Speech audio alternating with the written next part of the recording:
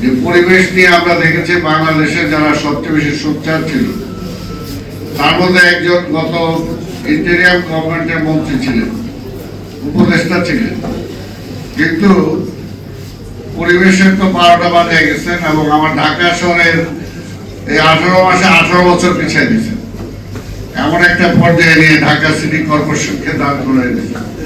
আজকে এই যে ট্রাফিকের যানজট দেখেন, আজকে ওনাদের সময় সৃষ্টি, আজকে হকারদের এই যে যানজট দেখে এমন একটা প্রকট আকার ধারণ করেছে ওনাদের সৃষ্টি।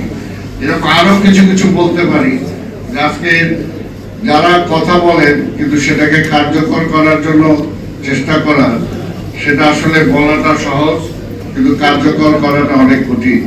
তবে বিশেষজ্ঞদের মতামত অনুযায়ী যদি আমরা কাজগুলো করতে পারি এবং করা উচিত, করতে হবে, যদি বাংলাদেশকে টিকাইতে হয়, বাংলাদেশকে সামনে দিকে এগিয়ে নিয়ে যেতে হয়, তাহলে বিশেষজ্ঞদের মতামতের ভিত্তিতে যদি আমরা পদক্ষেপ গ্রহণ করতে না পারি তাহলে আমাদের সামনে আরো অনেক দুঃসময় অপেক্ষা করছে। সেটার জন্য বিশেষজ্ঞরা যা বলেছেন সেটা থেকে আমাদের কার্যকর ব্যবস্থা গ্রহণ করতে হবে এবং সবাই দলমত মিলে আজকে সেই সমস্ত বিষয়ে আমাদের ঐক্যবদ্ধ হইতে হবে, ঐক্যমত হইতে হবে।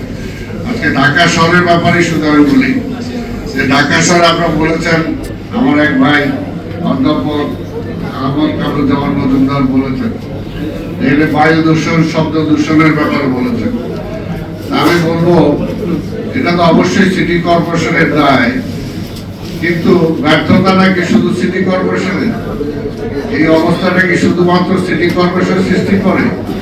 এটা আমরা যারা নাগরিক আছি, ঢাকায় যারা বসবাস করি, আমরা যদি আমাদের দায়িত্ব বোধের ব্যাপারে যদি সচেতন হতাম তাহলে কিন্তু আজকে এই সমস্যাগুলো আমরা কমিয়ে আনতে পারতাম।